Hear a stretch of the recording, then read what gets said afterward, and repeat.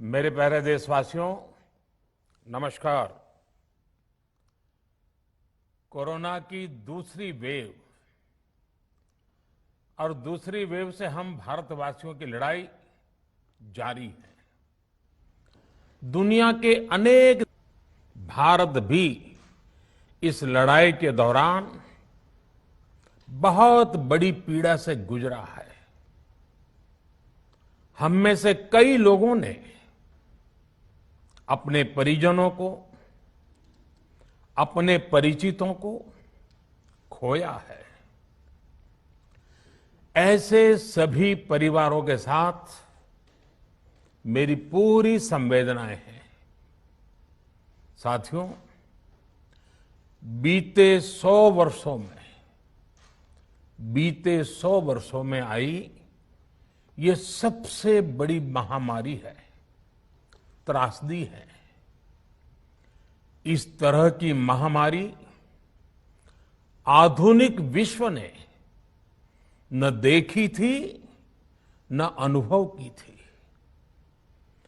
इतनी बड़ी वैश्विक महामारी से हमारा देश कई मोर्चों पर एक साथ लड़ा है। कोविड अस्पताल बनाने से लेकर आईसीयू बेड्स की संख्या बढ़ानी हो, भारत में वेंटिलेटर बनाने से लेकर टेस्टिंग लैब्स का एक बहुत बड़ा नेटवर्क तैयार करना हो, कोविड से लड़ने के लिए बीते 1.25 साल में ही देश में एक नया हेल्थ इंफ्रास्ट्रक्चर तैयार किया गया है। सेकंड वेव के दौरान अप्रैल और मई के महीने में भारत में मेडिकल ऑक्सीजन की डिमांड अकल्पनीय रूप से बढ़ गई थी। भारत के इतिहास में कभी भी इतनी मात्रा में मेडिकल ऑक्सीजन की जरूरत कभी भी महसूस नहीं की गई। इस जरूरत को पूरा करने के लिए युद्ध स्तर पर काम किया गया। सरकार के सभी तंत्र लगे। ऑक्सीजन रेल चलाई गई, एयरफोर्स के विमानों को लगाया गया, नौसेना को लगाया गया। बहुत ही कम समय में लिक्विड मेडिकल ऑक्सीजन के प्रोडक्शन में 10 गुना से ज्यादा बढ़ाया गया। दुनिया के हर कोने से, जहां कहीं से भी जो कुछ भी उपलब्ध हो सकता था, उसको प्राप्त करने का भरसक प्रयास किया गया, लाया गया। इसी तरह जरूरी दवाओं के प्रोडक्शन को कई गुना बढ़ाया गया। विदेशों में जहां भी दवाइयां उपलब्ध हो, वहां से उन्हें लाने में कोई कोर कसर बाकी नहीं छोड़ी गई। साथियों, कोरोना जैसे अदृश्य और रूप बदलने वाले दुश्मन के खिलाफ लड़ाई में सबसे प्रभावी हथियार कोविड प्रोटोकॉल है। मास्क, 2 गज की दूरी और बाकी सारी सावधानियां, उसका पालन ही है। इस लड़ाई में वैक्सीन हमारे लिए सुरक्षा कवच की तरह है। आज पूरे विश्व में वैक्सीन के लिए जो मांग है, उसकी तुलना में उत्पादन करने वाले देश और वैक्सीन बनाने वाली कंपनियां बहुत कम है, इन्हीं गिनी हैं। कल्पना करिए कि अभी हमारे पास भारत में बनी वैक्सीन नहीं होती तो आज भारत जैसे विशाल देश में क्या होता। आप पिछले 50-60 साल का इतिहास देखेंगे तो पता चलेगा कि भारत को विदेशों से वैक्सीन प्राप्त करने में दशकों लग जाते थे। विदेशों में वैक्सीन का काम पूरा हो जाता था, तब भी हमारे देश में वैक्सीनेशन का काम शुरू भी नहीं हो पाता था। पोलियो की वैक्सीन हो, स्मॉल पॉक्स, जहां गांव में हम उसको चेचक कहते हैं, चेचक की वैक्सीन हो, हेपेटाइटिस बी की वैक्सीन हो, इनके लिए देशवासियों ने दशकों तक इंतजार किया था। जब 2014 में देशवासियों ने हमें सेवा का अवसर दिया, तो भारत में वैक्सीनेशन का कवरेज 2014 में भारत में वैक्सीनेशन का कवरेज सिर्फ 60% के आसपास था, 60% के आसपास था। और हमारी दृष्टि में ये बहुत चिंता की बात थी। जिस रफ्तार से भारत का टीकाकरण कार्यक्रम चल रहा था, उस रफ्तार से देश को 100% टीकाकरण कवरेज का लक्ष्य हासिल करने में करीब करीब 40 साल लग जाते हैं। हमने इस समस्या के समाधान के लिए मिशन इंद्रधनुष को लॉन्च किया। हमने तय किया कि मिशन इंद्रधनुष के माध्यम से युद्ध स्तर पर वैक्सीनेशन किया जाएगा और देश में जिसको भी वैक्सीनेशन की जरूरत है उसे वैक्सीन देने का प्रयास होगा। हमने मिशन मोड में काम किया और सिर्फ 5-6 साल में ही वैक्सीनेशन कवरेज 60% से बढ़कर 90% से भी ज्यादा हो गई। 60 से 90, यानी हमने वैक्सीनेशन की स्पीड भी बढ़ाई और दायरा भी बढ़ाया। हमने बच्चों को कई जानलेवा बीमारियों से बचाने के लिए कई नए टीकों का भी भारत के टीकाकरण अभियान का हिस्सा बना दिया। हमने इसलिए किया क्योंकि हमें हमारे देश के बच्चों की चिंता थी, गरीब की चिंता थी, गरीब के उन बच्चों की चिंता थी जिन्हें कभी टीका लग ही नहीं पाता था। हम 100% टीकाकरण कवरेज की तरफ बढ़ रहे थे कि कोरोना वायरस ने हमें घेर लिया। देश ही नहीं, दुनिया के सामने फिर पुरानी आशंकाएं घिरने लगी कि अब भारत कैसे इतनी बड़ी आबादी को बचा पाएगा। लेकिन साथियों, जब नीयत साफ होती है, नीति स्पष्ट होती है, निरंतर परिश्रम होता है, तो नतीजे भी मिलते हैं। हर आशंका को दरकिनार करके भारत ने 1 साल के भीतर ही एक नहीं बल्कि 2 made in India vaccine launch कर दी।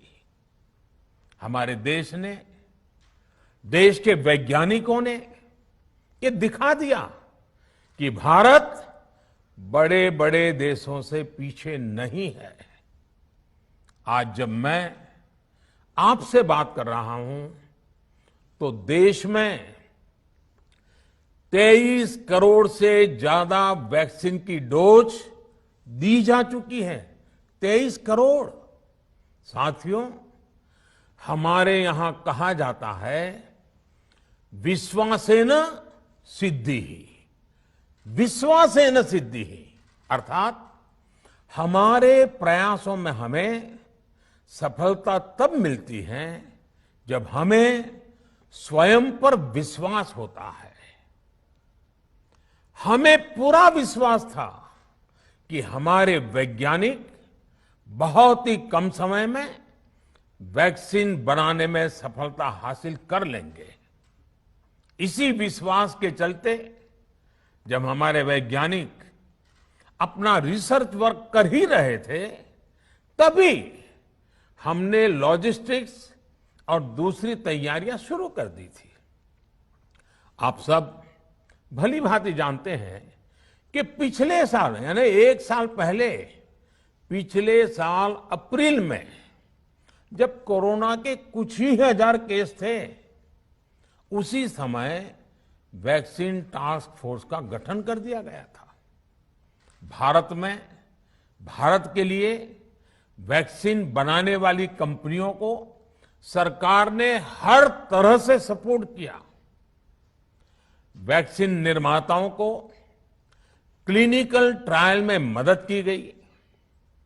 रिसर्च और डेवलपमेंट के लिए जरूरी फंड दिया गया। हर स्तर पर सरकार उनके साथ कंधे से कंधा मिलाकर चली। आत्मनिर्भर भारत पैकेज के तहत मिशन कोविड सुरक्षा के माध्यम से भी उन्हें हजारों करोड़ रुपए उपलब्ध कराए गए। पिछले काफी समय से देश लगातार जो प्रयास और परिश्रम कर रहा है, उससे आने वाले दिनों में वैक्सीन की सप्लाई और भी ज्यादा बढ़ने वाली है। आज देश में 7 कंपनियां विभिन्न प्रकार की वैक्सीन का प्रोडक्शन कर रही है। 3 और वैक्सीन का ट्रायल भी एडवांस स्टेज पे चल रहा है। वैक्सीन की उपलब्धता बढ़ाने के लिए दूसरे देशों की कंपनियों से भी वैक्सीन खरीदने की प्रक्रिया को तेज किया गया है। इधर हाल के दिनों में कुछ एक्सपर्ट्स द्वारा हमारे बच्चों को लेकर भी चिंता जताई गई है। इस दिशा में भी 2 वैक्सीन का ट्रायल तेजी से चल रहा है। इसके अलावा अभी देश में एक नेजल वैक्सीन पर भी रिसर्च जारी है। इसे सिरिंज से न देकर नाक में स्प्रे किया जाएगा। देश को अगर निकट भविष्य में इस वैक्सीन पर सफलता मिलती है, तो इससे भारत के वैक्सीन अभियान में और ज्यादा तेजी आएगी।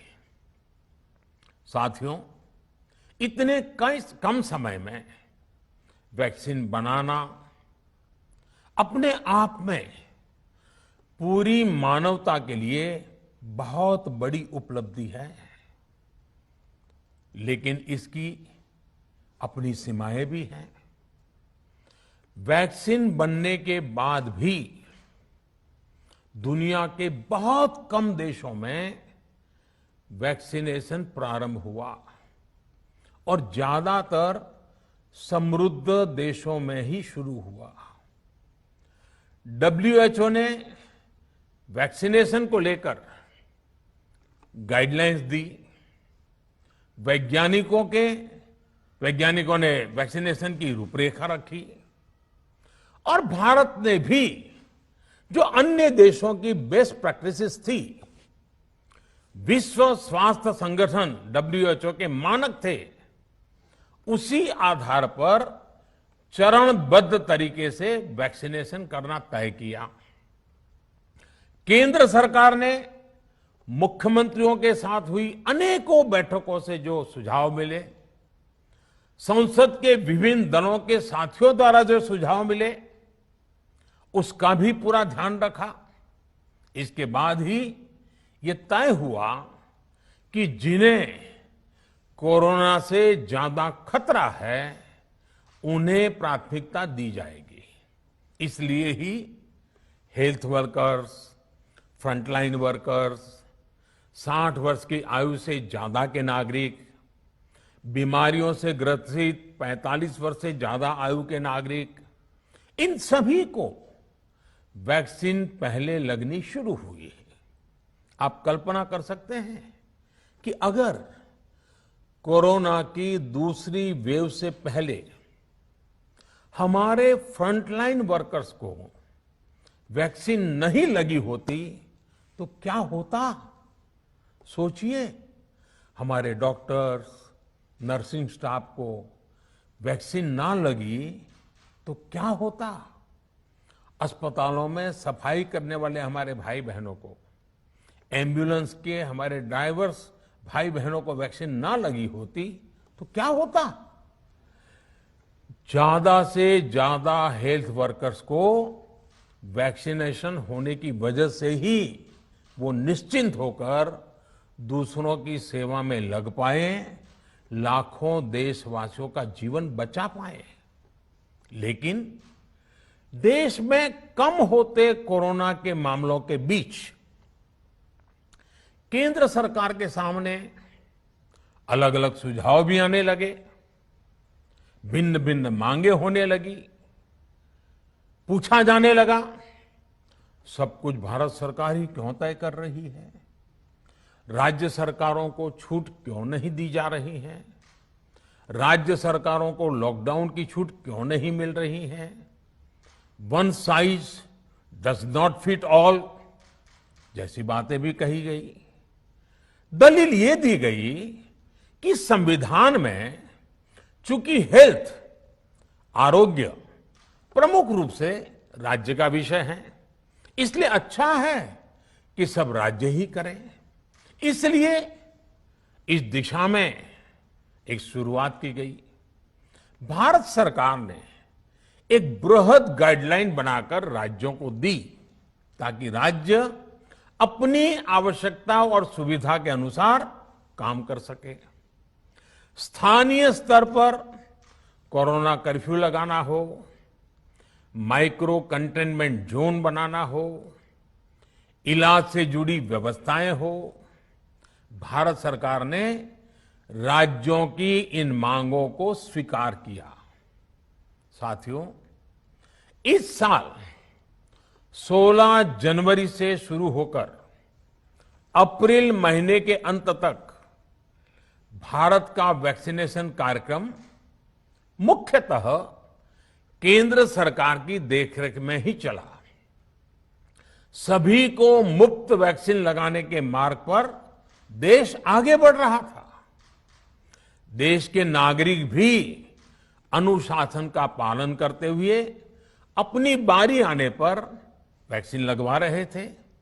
इस बीच कई राज्य सरकारों ने फिर कहा कि वैक्सीन का काम डिसेंट्रलाइज किया जाए और राज्यों पर छोड़ दिया जाए। तरह तरह के स्वर उठे, जैसे कि वैक्सीनेशन के लिए एज ग्रुप क्यों बनाए गए। दूसरी तरफ किसी ने कहा कि उम्र की सीमा आखिर केंद्र सरकार ही क्यों तय करे। कुछ आवाजें तो ऐसी भी उठी कि बुजुर्गों का वैक्सीनेशन पहले क्यों हो रहा है। भांति भांति के दबाव भी बनाए गए। देश के मीडिया के एक वर्ग ने इसे कैंपेन के रूप में भी चलाया। साथियों, काफी चिंतन मनन के बाद इस बात पर सहमति बनी कि राज्य सरकारें अपनी तरफ से भी प्रयास करना चाहती हैं, तो भारत सरकार को क्यों इतराज हो और भारत सरकार इतराज क्यों करे। राज्यों की इस मांग को देखते हुए, उनके आग्रह को ध्यान में रखते हुए 16 जनवरी से जो व्यवस्था चली आ रही थी, उसमें प्रयोग के तौर पर एक बदलाव किया गया। हमने सोचा कि राज्य ये मांग कर रहे हैं, उनका उत्साह है, तो चलो भाई 25% का काम उन्हीं को सुपुर्द कर दिया जाए, उन्हीं को दे दिया जाए। स्वाभाविक है 1 मई से राज्यों को 25% काम उनके हवाले कर दिया गया। उसे पूरा करने के लिए उन्होंने अपने अपने तरीके से प्रयास भी किए। इतने बड़े काम में किस तरह की कठिनाइयां आती हैं, ये भी उनके ध्यान में आने लगा। उनको पता चला पूरी दुनिया में वैक्सीन की क्या स्थिति है, इसकी सच्चाई से भी राज्य परिचित हुए। और हमने देखा, एक तरफ मई में सेकेंड वेव, दूसरी तरफ वैक्सीन के लिए लोगों का बढ़ता रुझान, और तीसरी तरफ राज्य सरकारों की कठिनाइयां। मई में 2 सप्ताह बीतते बीतते कुछ राज्य खुले मन से ये कहने लगे कि पहले वाली व्यवस्था ही अच्छी थी। धीरे धीरे इसमें कई राज्य सरकारें जुड़ती चली गई। वैक्सीन का काम राज्यों पर छोड़ा जाए, जो इसकी वकालत कर रहे थे उनके विचार भी बदलने लगे। एक अच्छी बात रही कि समय रहते राज्य पुनर्विचार की मांग के साथ फिर आगे आए। राज्यों की इस मांग पर हमने भी सोचा कि देशवासियों को तकलीफ ना हो, सुचारू रूप से उनका वैक्सीनेशन हो। इसके लिए 1 मई के पहले वाली, यानी 1 मई के पहले 16 जनवरी से अप्रैल अंत तक जो व्यवस्था थी, पहले वाली पुरानी व्यवस्था को फिर से लागू किया जाए। साथियों, आज ये निर्णय लिया गया है कि राज्यों के पास वैक्सीनेशन से जुड़ा जो 25% काम था, उसकी जिम्मेदारी भी भारत सरकार उठाएगी। ये व्यवस्था आने वाले 2 सप्ताह में लागू की जाएगी। इन 2 सप्ताह में केंद्र और राज्य सरकारें मिलकर नई गाइडलाइंस के अनुसार आवश्यक तैयारी कर लेगी। संयोग है कि 2 सप्ताह बाद 21 जून को ही अंतर्राष्ट्रीय योग दिवस भी है। 21 जून सोमवार से देश के हर राज्य में 18 वर्ष से ऊपर की उम्र के सभी नागरिकों के लिए भारत सरकार राज्यों को मुफ्त वैक्सीन मुहैया कराएगी। वैक्सीन निर्माताओं से कुल वैक्सीन उत्पादन का 75% हिस्सा भारत सरकार खुद ही खरीदकर राज्य सरकारों को मुफ्त देगी। यानी देश की किसी भी राज्य सरकार को वैक्सीन पर कुछ भी खर्च नहीं करना होगा। अब तक देश के करोड़ों लोगों को मुफ्त वैक्सीन मिली है। अब 18 वर्ष की आयु के लोग भी इसमें जुड़ जाएंगे। सभी देशवासियों के लिए भारत सरकार ही मुफ्त वैक्सीन उपलब्ध करवाएगी। गरीब हो, निम्न मध्यम वर्ग हो, मध्यम वर्ग हो या फिर उच्च वर्ग, भारत सरकार के अभियान में मुफ्त वैक्सीन ही लगाई जाएगी। हां, जो व्यक्ति मुफ्त में वैक्सीन नहीं लगवाना चाहते, प्राइवेट अस्पताल में वैक्सीन लगवाना चाहते हैं, उनका भी ध्यान रखा गया है।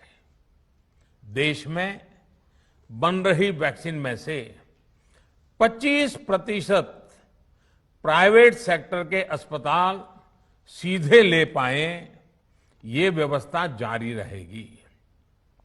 प्राइवेट अस्पताल वैक्सीन की निर्धारित कीमत के उपरांत एक डोज पर अधिकतम 150 रुपये ही सर्विस चार्ज ले सकेंगे।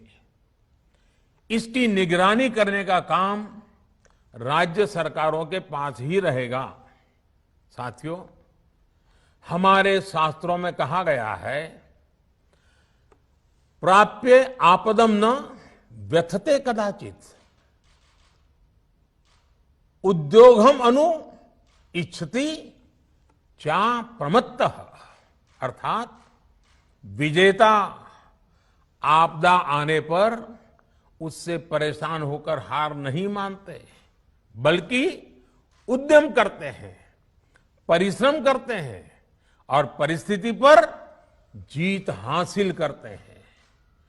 कोरोना से लड़ाई में 130 करोड़ से अधिक भारतीयों ने अभी तक की यात्रा आपसी सहयोग, दिन रात मेहनत करके तय की है। आगे भी हमारा रास्ता हमारे श्रम और सहयोग से ही मजबूत होगा। हम वैक्सीन प्राप्त करने की गति भी बढ़ाएंगे और वैक्सीनेशन अभियान को भी और गति देंगे। हमें याद रखना है कि भारत में वैक्सीनेशन की रफ्तार आज भी दुनिया में बहुत तेज है, अनेक विकसित देशों से भी तेज है। हमने जो टेक्नोलॉजी प्लेटफॉर्म बनाया है कोविन, उसकी भी पूरी दुनिया में चर्चा हो रही है। अनेक देशों ने भारत के इस प्लेटफॉर्म को इस्तेमाल करने में रुचि भी दिखाई है। हम सब देख रहे हैं कि वैक्सीन की एक एक डोज कितनी महत्वपूर्ण है। हर डोज से एक जिंदगी जुड़ी हुई है। केंद्र सरकार ने ये व्यवस्था भी बनाई है कि हर राज्य को कुछ सप्ताह पहले ही बता दिया जाएगा कि उसे कब कितनी डोज मिलने वाली है। मानवता के इस पवित्र कार्य में वाद विवाद और राजनीतिक छींटाकशी से ऐसी बातों को कोई भी अच्छा नहीं मानता है। वैक्सीन की उपलब्धता के अनुसार पूरे अनुशासन के साथ वैक्सीन लगती रहे, देश के हर नागरिक तक हम पहुंच सके, ये हर सरकार, हर जनप्रतिनिधि, हर प्रशासन की सामूहिक जिम्मेदारी है। प्रिय देशवासियों, टीकाकरण के अलावा आज एक और बड़े फैसले में, उस फैसले से मैं आपको अवगत कराना चाहता हूं। पिछले वर्ष जब कोरोना के कारण लॉकडाउन लगाना पड़ा था, तो प्रधानमंत्री गरीब कल्याण अन्न योजना के तहत 8 महीने तक 80 करोड़ से अधिक देशवासियों को मुफ्त राशन की व्यवस्था हमारे देश ने की थी। इस वर्ष भी दूसरी वेव के कारण मई और जून के लिए भी इस योजना का विस्तार किया गया था। आज सरकार ने फैसला लिया है कि प्रधानमंत्री गरीब कल्याण अन्न योजना को अब दीपावली तक आगे बढ़ाया जाएगा। महामारी के इस समय में सरकार गरीब की हर जरूरत के साथ उसका साथी बनकर खड़ी है। यानी नवंबर तक 80 करोड़ से अधिक देशवासियों को हर महीने तय मात्रा में मुफ्त अनाज उपलब्ध होगा। इस प्रयास का मकसद यही है कि मेरे किसी भी गरीब भाई बहन को, उसके परिवार को भूखा सोना ना पड़े। साथियों, देश में हो रहे इन प्रयासों के बीच कई क्षेत्रों से वैक्सीन को लेकर भ्रम और अफवाहों की जानकारी चिंता बढ़ाती है। ये चिंता भी मैं आपके सामने व्यक्त करना चाहता हूं। जब से भारत में वैक्सीन पर काम शुरू हुआ, तभी से कुछ लोगों द्वारा ऐसी बातें कही गई जिससे आम लोगों के मन में शंका पैदा हो। कोशिश ये भी हुई कि भारत के वैक्सीन निर्माताओं का हौसला पस्त पड़ जाए और उनके सामने अनेक प्रकार की बाधाएं आए। जब भारत की वैक्सीन आई तो अनेक माध्यमों से शंका आशंका को और बढ़ाया गया। वैक्सीन न लगवाने के लिए भांति भांति के तर्क प्रचारित किए गए। इन्हें भी देश देख रहा है। जो लोग वैक्सीन को लेकर आशंका पैदा कर रहे हैं, अफवाहें फैला रहे हैं, वो भोले भाले भाई बहनों के जीवन के साथ बहुत बड़ा खिलवाड़ कर रहे हैं। ऐसी अफवाहों से सतर्क रहने की जरूरत है। मैं भी आप सबसे, समाज के प्रबुद्ध लोगों से, युवाओं से अनुरोध करता हूं कि आप भी वैक्सीन को लेकर जागरूकता बढ़ाने में सहयोग करें। अभी कई जगहों पर कोरोना कर्फ्यू में ढील दी जा रही है, लेकिन इसका मतलब ये नहीं कि हमारे बीच से कोरोना चला गया है। हमें सावधान भी रहना है और कोरोना से बचाव के नियमों का भी सख्ती से पालन करते रहना है। मुझे पूरा विश्वास है हम सब कोरोना से इस जंग में जीतेंगे। भारत कोरोना से जीतेगा। इन्हीं शुभकामनाओं के साथ आप सभी देशवासियों का बहुत बहुत धन्यवाद।